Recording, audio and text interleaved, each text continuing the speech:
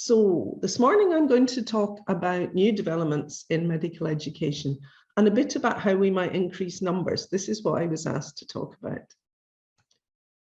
So I'm presuming, because no one's interrupted me, that I have my screen working perfectly. So we'll move on to the next slide. I can't start without mentioning the pandemic because it has had such a huge impact on education and training. We've now got over 20 months of education and training disruption. It's affected elective care. So people have missed experiential learning experiences. They've had a monochrome learning experience in a lot of areas because the wards were full of COVID patients. Trainees have been redeployed, exams have been cancelled, courses, teaching, study leave. I'm sure you're all aware of that. There's a particular impact on craft specialties and those with procedural skills, but it has impacted on everyone in every training programme. And one of the things that I find we're having to emphasise continuously is that delays to training progression and training will affect service because doctors in training are an essential part of service delivery. We're aware that an awful lot of trainees are tired, a bit demoralised, and it's not just the trainees, it's the trainers who stepped up to manage the pandemic and also to do education and training in what I suspect was the wee small hours. And it's affected the whole of the training pathway. It affected our students, with some of them graduating earlier. And certainly, I think almost all CPD for the last 2 years was almost entirely focused on the pandemic. So it's lovely to see you covering lots of different areas today. In HE, we had 3 different aims in the recovery programme. The first was just to try and keep training going through the programme. The second one was to try and let trainees catch up with the competencies they'd lost. And then we were hoping to move on to embedding the positive changes. Now, as you will see from the dates, we were somewhat optimistic in how we thought we would be able to recover from the pandemic. And the thought that all trainees will catch up by December 21, which is what we originally said, was unrealistic. And even now, we do not think that all trainees will have caught up with where they should be in learning by the end of next year. And that's not a criticism of anyone's effort. In fact, we are impressed with how much effort trainers have put in, but it's the realistic effect of the continuing impact of COVID. So the main risks to getting training back on track has been the pressure from service. Is service more important than training? It's very difficult to argue with chief execs who have pressure in ambulances outside their A&E. But if they don't focus on training, then they will not have service delivery the next day. We've looked at the independent sector. We've considered how we make training more individualized in a way that we've never had to before. 2 trainees at different stages in their training may well have different personal impacts of the pandemic. They may have covered different bits of the curriculum before. The areas that they were working in may have been differently affected by different waves. And so now more than ever, there's a need to look at trainees as individuals and think about their training. There's also the resource we need for extensions and to ensure that trainees continue to progress through training. We need consultants and senior registrars more than we have ever needed them before.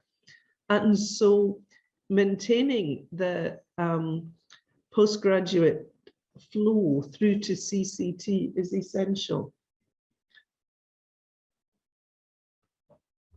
Now, what we did at first with recovery was ask trainees where they thought there were risks to their training. We asked training programme directors. We had conversations nationally and with colleges and regionally, and we looked at what that might mean for extensions in training. We then had one-to-one conversations with doctors in training, and that helped us identify the specialties most at risk, the areas most at risk, and then have national conversations with Royal Colleges and regional representatives to try and understand the risks and put in place some training solutions. And that included an awful lot of work with the GMC and colleges, looking at where we could have curriculum derogations and allow trainees to progress. Now, our first data collection showed the risks that we thought with progression. And as you can see, it's not a very positive picture, with large numbers of trainees throughout the country at risk of extension. The key areas out of that collection was that we needed to make sure there was time for recovery conversations, that the planning was based on what individuals needed. We needed to try and ensure there was enough capacity for trainees to be placed and to be able to allow them to be released and supervised. We've looked at the independent sector. We've tried to make the most of every training opportunity. Outpatient clinics was clearly a major problem as these moved to virtual and people tried to understand how best to teach and use the training workforce. Releasing trainees was a real problem. And at the beginning, I think there was significant worry that we were going to compromise on standards. The GMC and Health Education England and our equivalent bodies in the other devolved nations were all really clear we were not reducing the standards for CCT. We were looking critically at what skills trainees needed to progress to different stages. But the fact that trainees have progressed with curriculum derogations does not mean that when they finally get their CCT, the standard will be any lower. We needed to be clear that some of the things we said trainees didn't need to get, they would not be asked to get. Say perhaps they went out for maternity leave, that they would not come back and find that suddenly there was an expectation that they caught up on the work, that the derogation had said it was okay to progress without. I'm thinking specifically of numbers of procedures or specific items of the curriculum that should be covered. We also needed to make it clear to people that we would pay for training extensions because there was some worry that trainees might just be left without the support to progress in training. It shows the stress in the system that people were really concerned about that at the time. We're really concerned about trainer time. We were then, we are now, how we look at digital solutions, how we evaluate what we do, and how we try and get training recovery into service recovery. So what did we do? We implemented a remote recruitment process. It wasn't perfect, but it enabled all the trainees to be appointed to all the training posts and for the training pathway to continue. It meant that the new F1 doctors, most of whom had been working in interim posts, could be appointed, and that people could be appointed to specialty training. We had to pause all rotations at the beginning, but we've now introduced regional flexibilities on where trainees might be redeployed and what further changes might be needed. Now, this is important because it was based on previous winter pressure guidance. And this year, winter pressures haven't really hit us, but I don't think anyone working in the NHS doesn't feel under immense pressure. And we're already having requests about redeployment. And it's important to emphasize that redeployment can only happen with the agreement of the postgraduate dean, that it needs to be in exceptional circumstances, and especially at the minute that trainees on a 10.1 or 10.2, where they're trying to catch up on competencies, should not be moved. We managed to change the assessment process, so we had our usual annual ARCPs, and we had over 54,000. There's a very small team that manages this in each office, and it was a challenge making it work. It probably felt like a challenge for those of you who engaged, but at least everyone was assessed. We had the curriculum derogations, the no-fault outcomes. We looked at shielding guidance and trying to support trainees who couldn't see patients face-to-face, and there was very much a focus on well-being. Was it a success? In 2020, 11% of trainees progressed, but with a backlog, and 5% needed an extension, which is more than usual. We put in funding to facilitate training recovery. We put funding into each individual trust to enable DMEs to find local solutions and support trainees and trainers. We also put funding into schools and across regions for specific solutions that specialties could think of, and we have some national funding that we're using across specialties.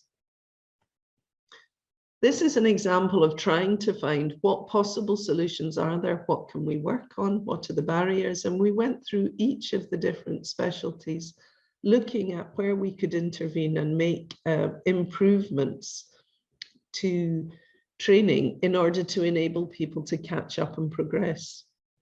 There's a web page which is on the HE website, which summarizes all the solutions that people have come up with across the country. So if you are interested or wondering what other ideas people have had that you might be able to copy, it would be worth having a look on the website. That's an example of just some of the solutions. So at the end of this is the number of trainees that did actually need extensions.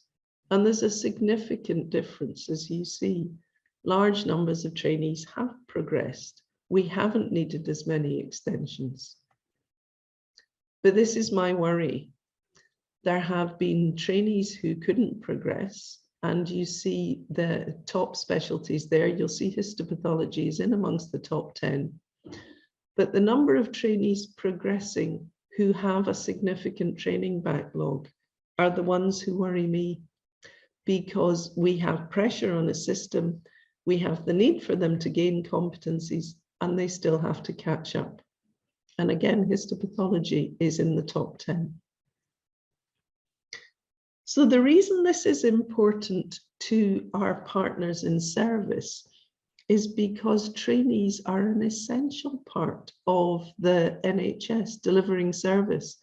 Now, the reason I'm emphasizing this slide, which may be screamingly obvious to everyone who's involved in working with trainees or in training, but is not to some of the people in the Department of Health and ministers, is that what you can do at an ST1 level, an ST3 level, an ST5 and an ST7 is very, very different. And that if doctors in training stay at the same stage, it will impact on service. Now that we've had the pandemic for the last 20 months, this will happen sooner if we don't focus on service recovery, integrating training recovery. And the reason for showing this slide is to ask everyone who's listening to help me emphasize that message. Because at first we were finding that people were saying, well, would it matter if it took them slightly longer? They could still deliver service, with no understanding of the huge amount of work that trainees deliver. So currently, what am I worried about? Have we got enough posts? If we want more posts, trusts have to fund some, and they're under pressure. Do we have enough time, both for trainees and for supervisors? Can we release trainees? Are we paying enough attention to well-being? Are we making the most of every training opportunity? How do we maximize digital solutions? And how do we evaluate what we're doing? And the key message for me is that training recovery has to be prioritized with service recovery. And I am delighted to say that both Amanda Pritchard and Steve Powis have been emphasizing this. Whether it impacts down at a clinical level for people working in trusts, I don't yet know, but trying to get the message recognized is essential. So how do we take the positives out of COVID? Because there were some. Recruitment, how we changed recruitment, how we changed assessment, how we focused on looking forward in ARCPs and not just back saying what you've achieved, but what you could achieve in the future. Having more individualized training discussions, trying to find more individualized training solutions are all part of how we should think about training in the future.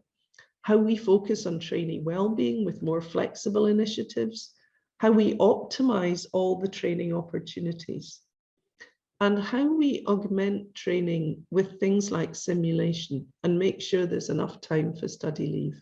how we get more out of supervision, are all the elements of the recovery work that we want to hardwire into postgraduate training for the future, and make sure that when we do get back fully on track, training isn't just restored, but it's improved. And there's more resilience both in the system if we have to face further pressures, and also in individuals.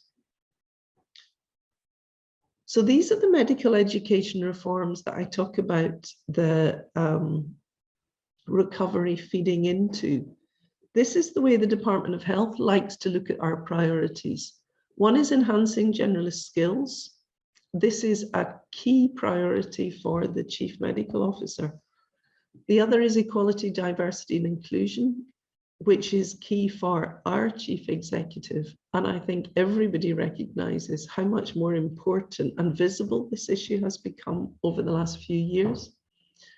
We're looking at how we get more doctors into training faster, accelerating the undergraduate supply, and how we address health inequalities by attracting different kind of doctors into medicine in different areas, and also look at more equitable distribution. We are continuing to focus on the well-being and the experience of doctors, which the Enhancing Junior Doctors Working Lives programme has been looking at over the last few years, and we're looking at boosting multi-professional working. So how does the reform help with this? How does the recovery programme help with reform? Well, we've expanded less than full-time training faster than we would have done. We've increased the supported return to training, which was really helpful during the pandemic, and we've expanded the out of programme. We're looking at how we move trainees more easily between different sites. And so the placement movement work has been accelerated now with an agreement between us and the independent sector. We've had a fresh look at recruitment and their processes, the values that they bring from different processes. And the pandemic has been a good challenge to think about how essential are some of the things we think were essential, and could some changes be better from an equality, diversity, and inclusion point of view. We've looked at assessment differently. We're looking at exams differently and different forms of assessment. In the undergraduate space, the FY1 success has made us consider how much of an internship model we want to develop for the future. And Professor Liz Hughes, who I'm sure you all know well, is working with all the medical schools on what that might look like. There's also the apprenticeship route into medicine, and whether we can APEL prior learning in medicine, which hasn't happened to date. We're looking at health inequalities and how we change the distribution to reduce inequalities. We're looking at generalist skills, which was part of our discussion before, but after the pandemic and the focus on different populations, we're looking at that with a greater focus on the impact both on patients as individuals, but on populations. There's more on virtual learning and in simulation. So quickly to cover some of those.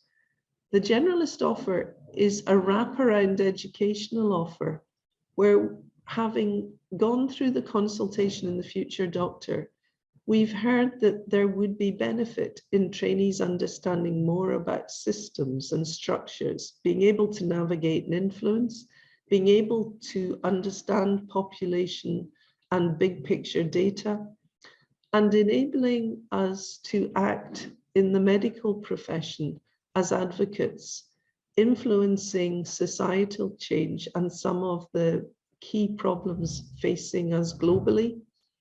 It was sobering for me during the Future Doctor to hear how much medical students and junior doctors feel it is part of our professionalism to influence the big problems that are facing us with health inequalities and global warming across the world, and not just in one training program or one trust. So this will be an additional offer. It's being trialled in different ways across the country. This is the health inequality training post. You saw the picture of it. It shows where doctors in training go to. It shows that most doctors stay in the area that they're training or within 10 miles. There isn't significant movement. And as Chris Whitty keeps saying, where trainees are trained and where doctors are working at the minute is not where the population needs them now. And it's certainly not where the population will need them in the future. So the work led by Adrian Brooke is looking at how we would change that. Now, this is the bit that I know you want to hear about, which is what do we do about increasing training numbers? Now, this is a slightly depressing slide where it tells you that we have a fixed pot of money. And HE's fixed pot of money hasn't increased significantly since we were set up years ago. It's allocated nationally. What tends to happen is each year, investment rolls forward, and as trainees move off the end of the training pathway, we recruit more. Now, this helps you because there's stability in programs, you know who to expect, and you know what numbers will go through training and contribute to service. But the problem is that when we need more of one doctor, the only way to find funding for that is to have less of another or to ask for trust to pay. Now, some specialties recruit better than others. Some geographies recruit better than others. But again, if we try and increase in one area, because of the numbers applying to specialty training in recent years, that often affected another area. So we have HE funding not all of training posts, and there is the salary contribution and the placement tariff for HE funded posts, but there are a large number of trust funded posts around the country.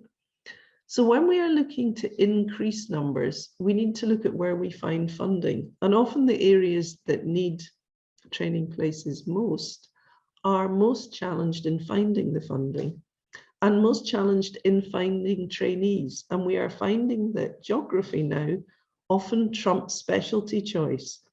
So significantly increasing training places may affect less popular training.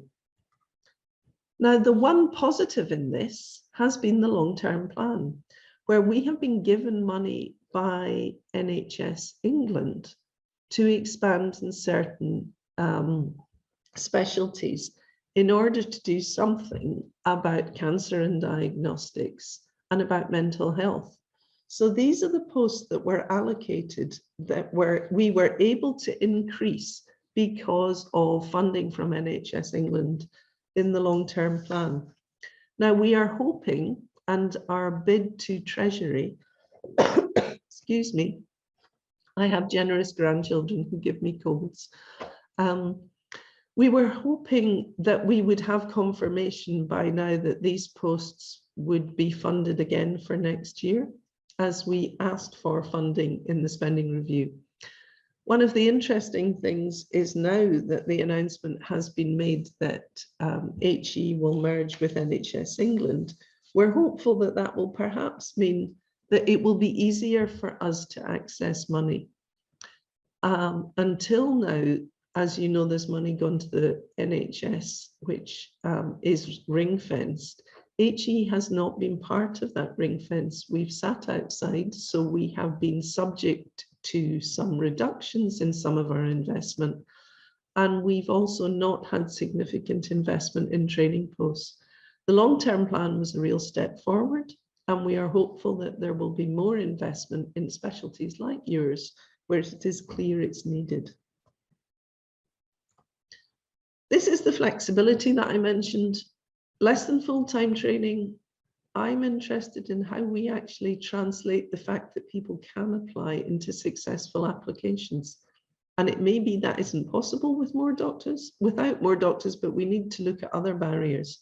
Out of program, how do we expand this so that at the minute trainees can take time out to work in patient-facing roles, but how can we allow people to take time out for longer and for their other reasons especially as people are looking at their personal health after COVID. How do we really individualize return to training if we allow people to step out? What do we do with flexible careers? I'm going to mention technology because it's a real opportunity to advance our use of technology, but I'm not going to talk about it because I'm not a technological expert, and I'm sure most of the people on the call will be more aware of it and its possibility in your specialty. But the TEL team is very keen to work with individuals, with regions, to develop ideas and look at how technology can support better education and training for the future. Now, I've just given a skim over what COVID has done to training and to our thinking. I've raced over some of the developments in education and training. But actually, we need to find the positives out of COVID. We need to look at the positives for education and training, and we all need to work together to promote those, because that's what gives us some of the fun in life, is looking to the future. It's working with the enthusiasts who teach and the enthusiastic generation who are learning that gives me the buzz in medicine, and I'm sure does the same to many of you.